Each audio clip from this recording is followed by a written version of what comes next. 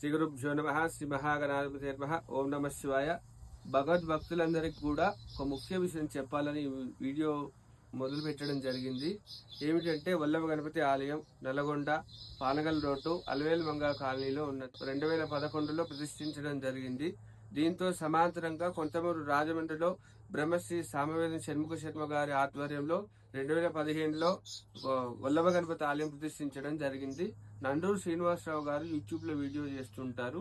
వారు ఒకసారి కొంతమూరు రాజమండ్రిలో ఉన్నటువంటి వల్లభ గణపతి ఆలయం చుట్టూ 21 ప్రదక్షిణాలు చేసినట్లయితే అనుకున్న కార్యక్రమాలన్నీ కూడా జరుగుతాయని చెప్పడం జరిగింది. కాబట్టి నల్గొండ నుంచి కానీ హైదరాబాద్ నుంచి చాలా మంది అక్కడి దాకా వెళ్లారు. అయితే విషయం మరుగున పడింది. దాన్ని బయటికి తీయాలన్న ప్రయత్నం ఏమిటి అంటే, అక్కడ ఉన్నటువంటి వల్లభ గణపతి ఆలయం మళ్ళీ నల్గొండలో కూడా ఉంది, చుట్టుపక్కల ఎక్కడ కూడా లేదు.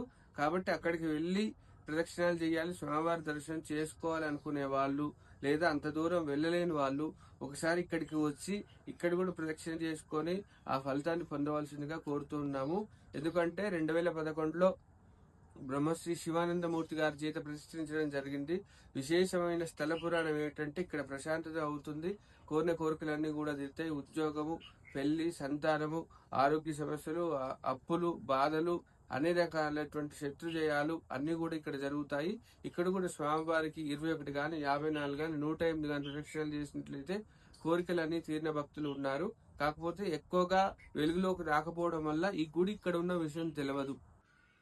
ఇక్కడ ఇంకొక విశేషం ఏమిటి అంటే, స్వామివారి దర్శనానికి వచ్చిన వాళ్ళకు అమ్మవారి దర్శనం కూడా జరుగుతుంది. ఇక్కడ అమ్మవారి ఉత్సవమూర్తి అయినా సరే ఇక్కడ చాలా శక్తి రూపంలో ఉంటుంది.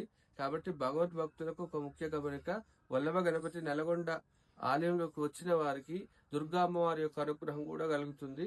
అమ్మవారి భక్తులు ఇటువంటి విశేషాన్ని అనుభూతి పొందుతారు. కాబట్టి మీరు కూడా వచ్చి స్వామివారి అమ్మవారి అనుగ్రహాన్ని పొందవలసిందిగా కోరుతున్నాం.